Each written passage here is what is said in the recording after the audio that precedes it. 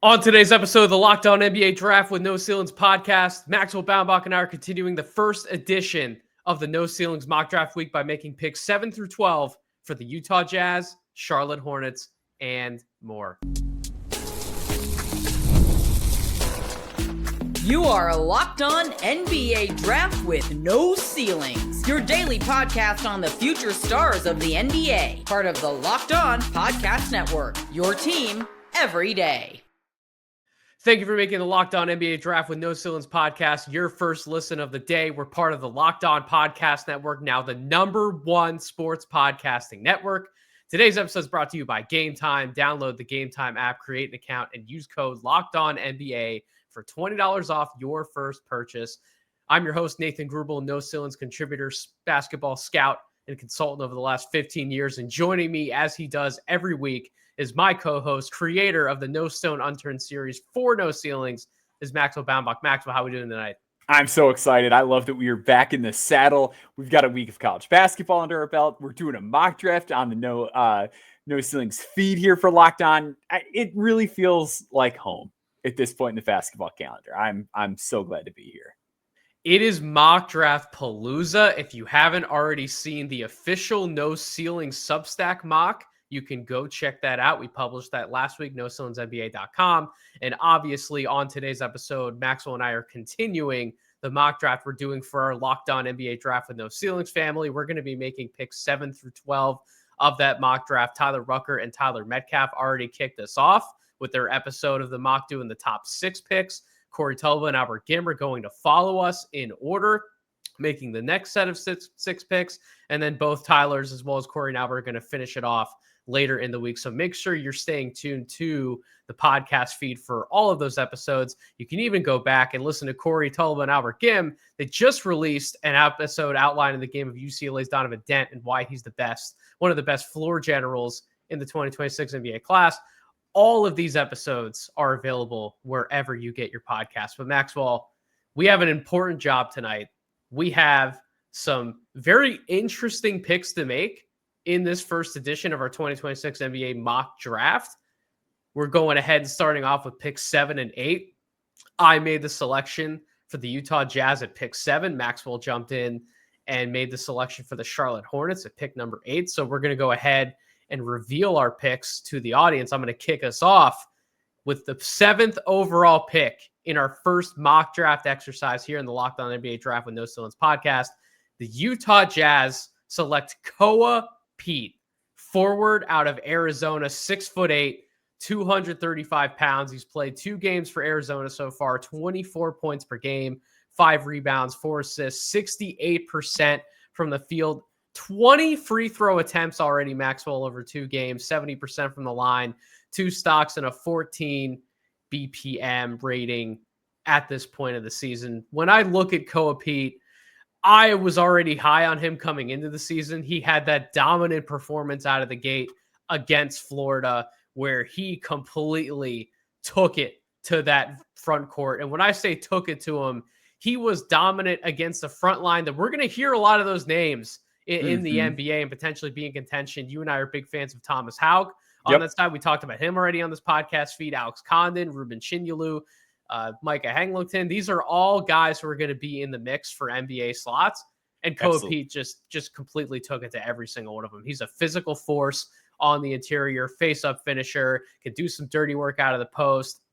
I think he's been a better playmaker than initially advertised at this point coming in. I know there's still some questions on the defensive end of the floor in terms of his overall activity. How's he going to fare defending bigs around the basket? But I think he's been very active away from the rim.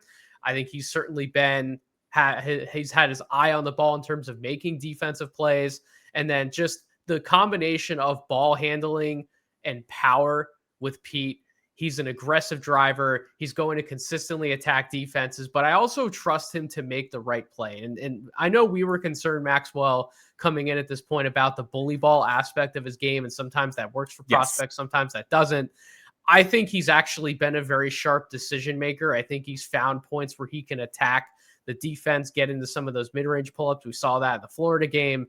I just think that at this point on my board, he is the best overall basketball player with size, physicality that I can point to. And I really think that's what the Utah Jazz should be looking for. I know that Jazz fans would be disappointed with seeing them with the 7th pick rather than like picks 1 through 3, where we're talking about the obvious star power at the top of this class. But at pick 7, I think at this point in the process, we're very early in. I really like where Koa Peat's at as a prospect. I think he's only going to continue trending upwards as we move through this cycle. Yeah, I'm right there with you. I was blown away with what we saw in game 1 against Florida. We talked about him over the summer, and I was really concerned about how he would get tunnel vision at times and things like that. And I thought his vision facing up was a lot better than I expected. The way that he just moved everybody backwards, and we just talked about that gigantic front line that Florida has, was awesome to see.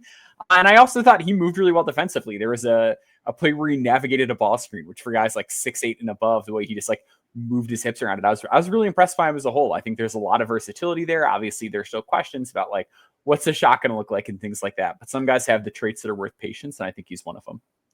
100%. So you were up with pick number 8 for the Charlotte Hornets. I've had so much fun watching this Hornets team recently. You and I were talking off air. I mean, this Charlotte Hornets team is playing 3 rookies, very high minutes already to start the season. And they're one of the only 3-man rookie lineups that I can think of in recent memory. Because number 1, a lot of teams aren't rostering that many rookies. And number 2, they're certainly not playing them in minutes out of the gate. That group is already a positive in net rating, plus 3.1 per cleaning the glass the last time I looked. So they are investing in their young talent. I think they believe in the direction that they're going. They're starting to draft real basketball players and not necessarily just projects. So who do you have slotting in to that new nucleus at number 8? Yeah, this guy I think kind of toes that line between project and like a guy with real material skills. I'm going with Nate Ament, who I feel like kind of slid a little bit going at number 8 here. I think if you look at most mainstream boards, he's usually around the 4 slot. I think he's getting a bit of a bad rap out of the gate here. Sure. He didn't look good in the scrimmage against Duke. He had tunnel vision issues and things like that. And then a lot of these guys had these big splashy breakout games in week 1 of the college season. Like it's been a real, like what I call a no stinkers season so far. Like you haven't had any rookies really or freshmen really come out and poop the bed early on. But because Ament was doing it against Mercer in Northern Kentucky, right, it doesn't carry the same weight as like what Koa Peat is doing against Florida. And it shouldn't, to be fair. But I think we're kind of like losing the forest for the trees with what he's bringing to the table. This is still a guy that has a very unorthodox skill set for somebody that's 6'10" and can really move and is really comfortable putting the ball on the floor and is taking a bunch of threes and has always been a great free throw shooter, and he rebounds. In the Northern Kentucky game, again, I know it's Northern Kentucky, but I thought that out of the gate, he made some really nice passes, like immediate nice passes where he was seeing the floor. The deliveries were on point, like everything that you could really ask for out of a 6'10" freshman. Realistically, I thought he was doing and giving in tenfold. I'm really pleased with what I've seen out of Ament so far. I know the scrimmage was rough against Duke, but I don't think we should lose sight of somebody who is this big, this long, and has a level of feel. And I think if you look at what the Hornets have had success with, it's guys with a type of positional size and feel. It's a different type of size than what Sion James is bringing, where it's, less bulk to be certain. But I think there's a real degree of basketball talent. I think he's just brimming with upside. And when I look at this forward rotation, I think they could still use a little bit more depth there, even when Brandon Miller is back healthy. This Hornets team very early in the season has prioritized ball movement and perimeter shooting and utilizing guys in different ways to create those shots. And I think with Ament, you mentioned that, he isn't necessarily a plus in the physicality department. Right now he's 6'10", but he's a string bean. However, I think he is a little bit more willing to take on the challenge than people give him credit for. And he is someone who I think could operate in some of the same ways that like Con Knippel's operating for that team right now, like, ghost screens, slip screens, all those different ways to get himself open for outside shots. And that's really his bread and butter, is being able to shoot over basically any defender at 6'10". You mentioned some of the ball skills are certainly improving for him. And then defensively, I think was the major plus for him from the scouting standpoint at no ceilings. A lot of us really liked what he could potentially bring to the table from a defensive standpoint. I think with Ament, it's a matter of if his upside as a prospect is maybe a Jaden McDaniels type of player who maybe has a little more sauce on offense, maybe not as good defensively, but within a similar ballpark, the framework. Exactly. So if that's the type of prospect you can get out of him, is it more so that we're just underselling him a little bit like you're talking about as a prospect, or is it we just have that many special guys potentially in this class ahead of him to where he's kind of just getting pushed down a little bit, but you may still get really great value for him at like that 7th, 8th slot? Like, I don't know if you have an answer to that question. Like, I think it's a little... I think it's a little of column A. I think we're a little bit excited about some of these guys that came out and had splashy outings in the first week of the season. But I think a lot of it is column B. Like I said, this has been a no stinkers class so far. A lot of these guys are coming out and they're performing not just up to expectations, but beyond it, especially in this glut. Like when we were talking about our boards over the last couple of weeks, I was dreading this 8 to 14 range. I had a lot of questions and I had a lot of really strong concerns about these players, but I came out of it feeling really good. And I think that Ament is like kind of falling victim to that, but that again does not mean that he's bad value at pick 8, nor would it be out of the question if he is available at 8. I think it's a lot less chalky of a top 5 based on what we've seen so far this season. And he fits the bill of the type of prospect that NBA teams are going to draft high in this class, which is, anytime you can intersect size and skill, you're going to take a long look at those players, both Koa Peat and Nate Ament.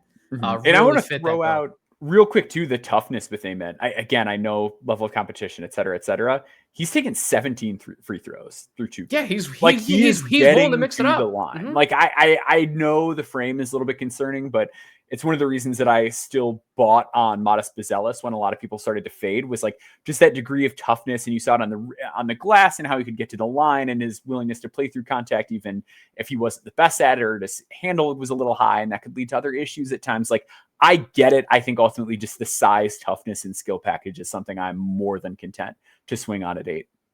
100%. I wouldn't necessarily say that I sold on Nate Ament per se coming into the season, because he's still like a top 10 preseason grade in the board, but I definitely wanted to see a little bit more as we get closer to December and January in the cycle. I think we have a month runway here where we're going to be able to evaluate him properly in a better context. And I can't wait to watch him, because I do think he's one of these guys that maybe I just underrated a little bit. He's going to come right back up the board when we get deeper into the season. But when we return to the Locked On NBA Draft with No Ceilings podcast, Maxwell and I are going to make our selections at picks 9 and 10 for the Sacramento Kings and the Boston Celtics. Stay tuned.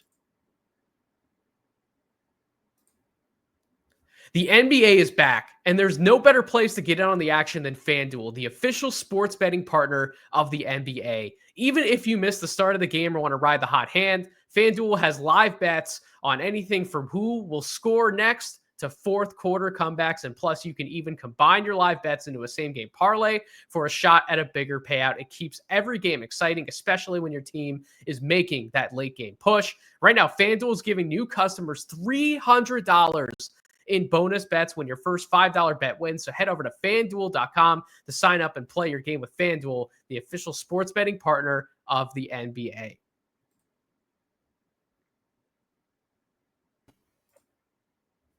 If you're still overpaying for wireless, it's time to say yes to saying no. At Mint Mobile, their favorite word is no. No contracts, no monthly bills, no overages, and no hidden fees.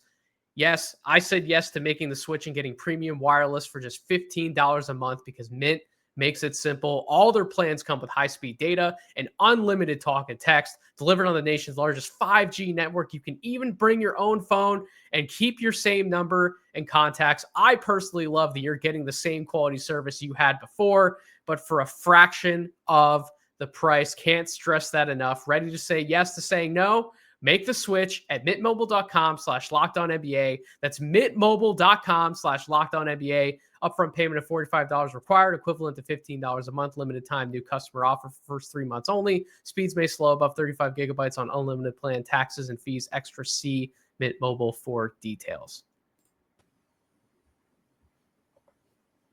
All right, welcome back to the Locked On NBA Draft with No Ceilings podcast, part of the #1 podcasting network, Locked On, your team every day. Maxwell, time for picks 9 and 10. So as I mentioned before the break, we're making the picks for the Sacramento Kings and the Boston Celtics. Man, who would have thought that the Boston Celtics would be here with a potential top 10 pick. I know we did a tankathon spin, but man, it's just crazy to utter those words after they just won a championship a few seasons ago. But nevertheless, I'm making the pick at number 9 for the Sacramento Kings.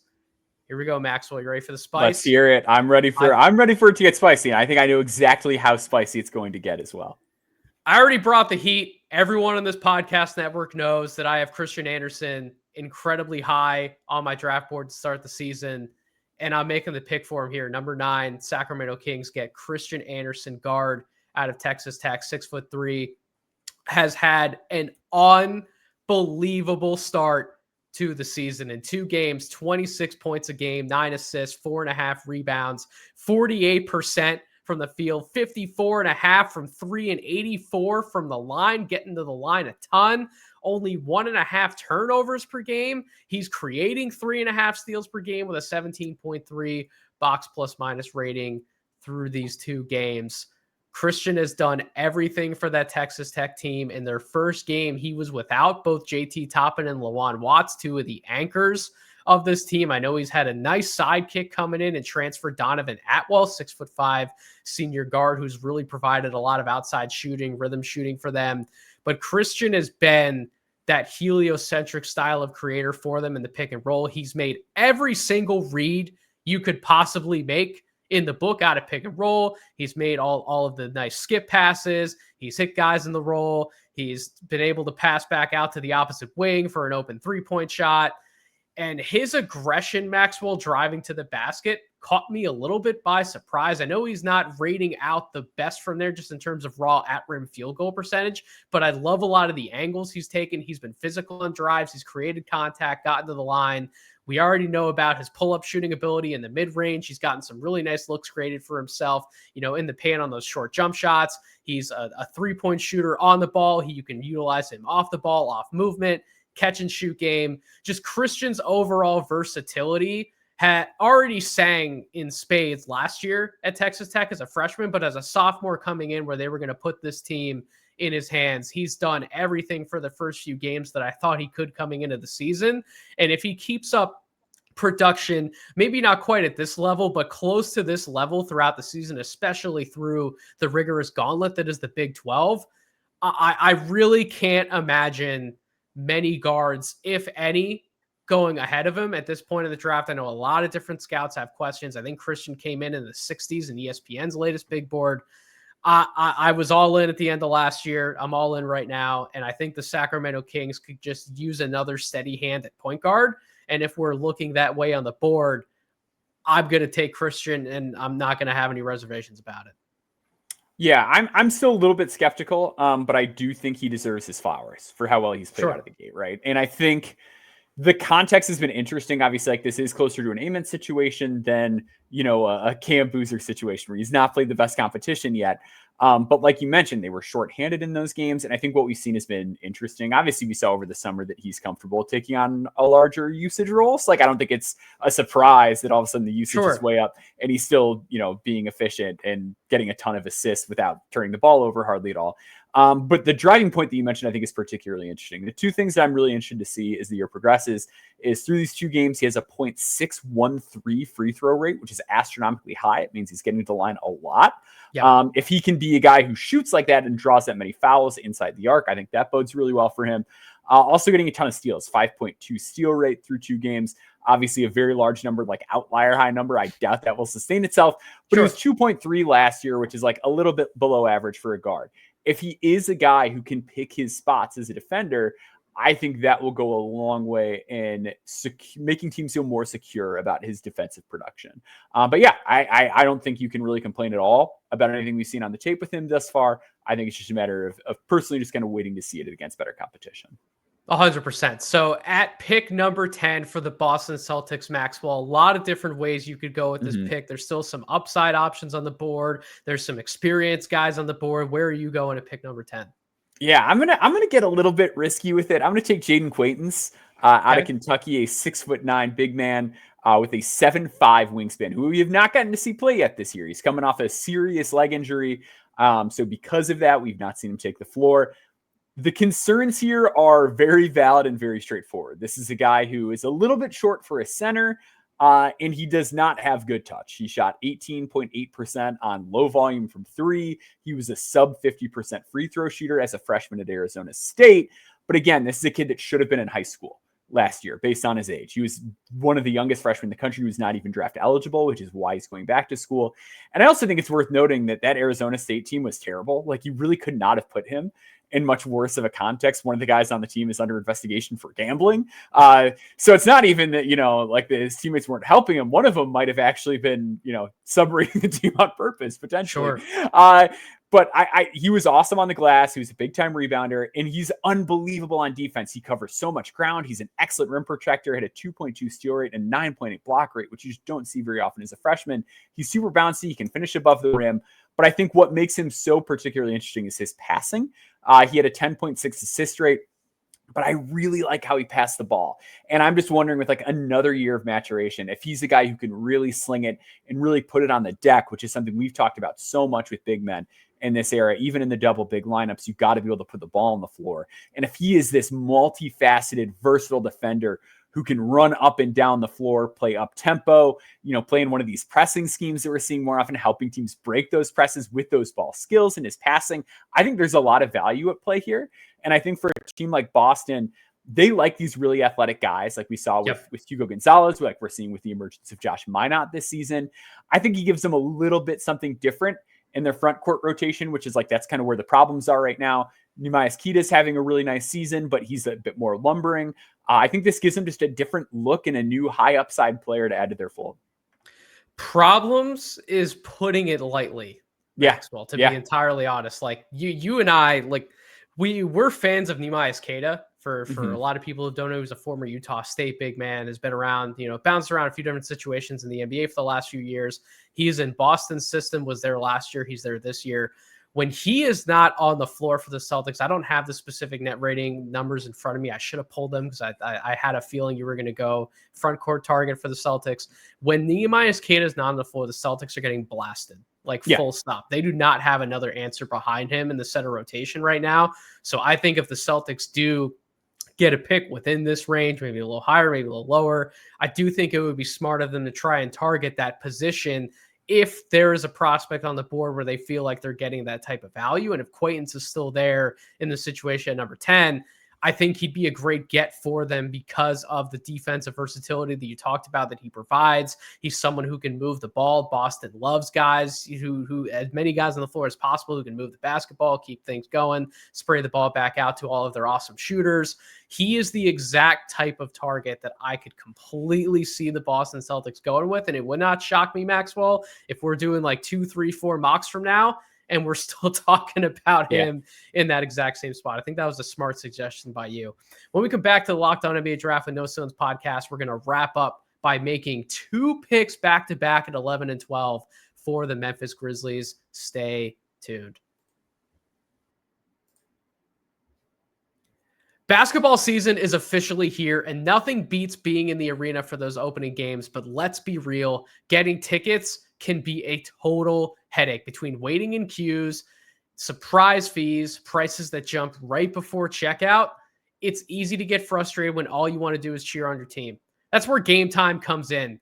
It's the app that gives fans the advantage. It's your ultimate life hack for scoring amazing NBA tickets fast, easy, and stress-free. Their zone deals are a game changer. You pick the section and Game Time picks your seats and you save big. I love you can even find NBA tickets for as low as $25. Take the guesswork out of buying NBA tickets with Game Time. Download the Game Time app, create an account, and use code LOCKEDONNBA for $20 off your first purchase. Terms apply. That's code LOCKEDONNBA, LOCKEDON NBA for $20 off. Swipe, tap, ticket, and go. Your ambition just met its match with Robinhood. You play for the win, not just on game day, every day. Locking in on every opening, beating your PR, beating it again. Channel that drive into your money. Robinhood puts you in control of your money. Trade stocks and ETFs, options, futures, and crypto all on one platform. You can now build and execute your own trades from a desktop with Robinhood Legends advanced tools, or take advantage of the new Robinhood strategies with a tailored portfolio managed by a team of experts. You expect more from yourself? Expect more from your money. Get started at robinhood.com/yourmoney. Again, that's robinhood.com/yourmoney. Your money, your move. Thank you for making the Locked On NBA Draft with No Ceilings podcast your first listen of the day. Maxwell, let's wrap up this mock draft. Memphis Grizzlies are on the clock, not just with pick 11, but pick 12 via the Orlando Magic. That very interesting Desmond Bane trade, which has certainly sent a ripple through the NBA for better or worse. Right now, it's looking a little hairy, but that's not our podcast. We're not here to do Locked On Magic. That's not our show. So let's make some draft picks, right? Pick number 11 for the Grizzlies. I'm up first. Now, this is the pick that was a little bit of a stunner for Max. It wasn't Christian Anderson. Now, Maxwell's heard me talk about Christian Anderson a lot for the Kings. I'm going Hans Steinbach here out of Washington, 6'10", 245-pound big man who would suit up for the Memphis Grizzlies in this scenario. He's played 3 games for the Washington Huskies already. 14.7 points per game, 12.7 rebounds, 3.3 assists, 60% from the field, 2.4 steals and blocks, and a 10.6 BPM rating. Steinbach was not on my radar before the FIBA U19 competition this past summer. And in that cup play, Steinbach was incredible for Germany. He was a rock solid presence for them. One of the best rebounding prospects I think that I've been able to evaluate up to this point in my scouting career, just from a preseason standpoint. We'll see if it turns out that way. Although, we talked about Cam Boozer might be one of the leading rebounders in college basketball. I think Hans Steinbach might actually end up taking that mantle from him, at least on the freshman side. Awesome interior finisher, looks to dunk everything, can get up off 2 feet. I know there's a little bit of a load time there for him getting up off 2, but he can dunk it home. He can block shots around the basket. There are definitely some concerns. I think Maxwell's going to get into it a little bit of where he falls on the defensive side in terms of guarding away from the basket and how good of a mover he can be when he's on smaller matchups. But in terms of a guy who can post up against other bigs, has nice touch around the basket, awesome transition finisher. Again, does all of the dirty work that you would want him to. I still think he's being a little bit underutilized in Washington from a screen setting perspective too. I think there's more to unlock with his game. And if he becomes a face-up threat in terms of knocking down that 3-point shot, he's only taken 1. He's made 1. We'll see how many threes he takes this season in Washington. But if that becomes a legitimate part of his game, not that he needs to be a high volume shooter, but if he can be a respectable shooter on, let's call it like 1.5 attempts per game at the college level, maybe he ends up at like 2.5 at the NBA level. If that's part of his game, he just does so many things on the court, Maxwell, that I feel comfortable with. And the last thing I'll say is these guys who are physically ready to play in the NBA and they have a tailor-made role cut out for them to where they don't have to score points to impact the game on multiple fronts. That's the camp where I see Hans Steinbach falling into. It's not the same prospect case as Koa Peat because they're two different players, but the argument is along those lines in the sense of if Koa Peat's not taking 20 shots and putting a bunch of points on the board, I feel great about what he's doing. Same thing with why I have Cam Boozer number 1 on my board. If Cam's having a poor shooting night from the field, he's going to rebound. He's going to move the ball. Hans has actually been a little bit underrated of a passer already out of the game for Washington. Yeah. He just does so many different things that I feel comfortable at his size with taking that bet. And I think with Memphis, we've seen their front court have so many injuries over multiple seasons already this year. Both Zach Edey and Brandon Clark have had injury issues. They've sort of, trotted guys in and out of the rotation at the center spot. They've tried different lineup combinations. I think Jaren Jackson is ultimately at his best with another big next to him. Agreed. And I think Hans Steinbach is the type of big that you can play alongside Jaren to take advantage of both of their strengths. So I think if Hans really continues to produce at the level he's been, I think he's a great get for Memphis at pick number 11, and I feel really great about making that selection right now. Who's your pick for the Grizzlies at pick number 12? Yeah, so I'm going with Bennett Stirtz out of Iowa, a 6'4" point guard. who was at Drake last season, sort of an analytics darling. There are some questions with him. There are some questions about how he's going to look athletically, how good his finishing will scale up when he didn't play against the best rim protection last season. But I know he hasn't played the best teams, but I thought he looked really good for Iowa out of the gate in that first week. 21.5 points per game. He's shooting the cover off it. He looks a little bit bulkier, but just the creation load that he had to shoulder at Drake last season. A lot of isolation, a lot of pick and roll. I thought he was moving better this year too. Like he was able to get some separation with some step backs and some dribble moves. Not a guy who's afraid of drawing fouls around the basket. And also we talk about conditioning a lot. And I know that Drake played at a slow pace last year, but this guy was on the floor like the entire season. He played 39.4 minutes per game. Like Stupid. You want to talk about conditioning, Stupid. Like this guy, He's got it. And he's also a guy who just knows how to get steals. He knows where to be. He's gotten some blocks early this year too, which is always great. But I think defensively and feel-wise, dribble-wise, he's got everything you could want out of a modern guard. He just really knows how to play basketball. And he's a lethal shooter off the catch. So I think he's like a great scale-down pick because there are so few players that have taken on more, been that efficient, and then also have something they can do off the ball and have produced on defense as well. I think he's a magnificent player. And I think when I look at this Grizzlies roster, I see a lot of talent and I see a lot of shooting. But there are a lot of guys that I feel like I like better as a second or third option, and I want more guys who I feel really comfortable with putting the ball on the floor, creating out of pick and roll, creating out of isolation, even creating off of spot ups. And I think Bennett Stirtz fills that void for them. This was a great pick by Maxwell to wrap up this episode of the podcast for 3 very quick reasons. Number one, if you haven't watched the Bennett Stirtz tape last year from Drake, if you didn't get to see, even go back and watch some games before the NCAA tournament when this guy's on, it is some fun tape to watch. He is a wizard with the basketball. He can make all the right reads all over the floor. He's an underrated, more deceptive type of athlete than given credit for. I know Corey and Albert certainly talked about Stirtz on an episode already on this podcast feed. Number two, this Memphis Grizzlies front office is very analytics driven. They've made a lot of draft decisions based on, a number of analytical models lighten up in their favor. Bennett Stirtz checks a lot of those boxes analytically.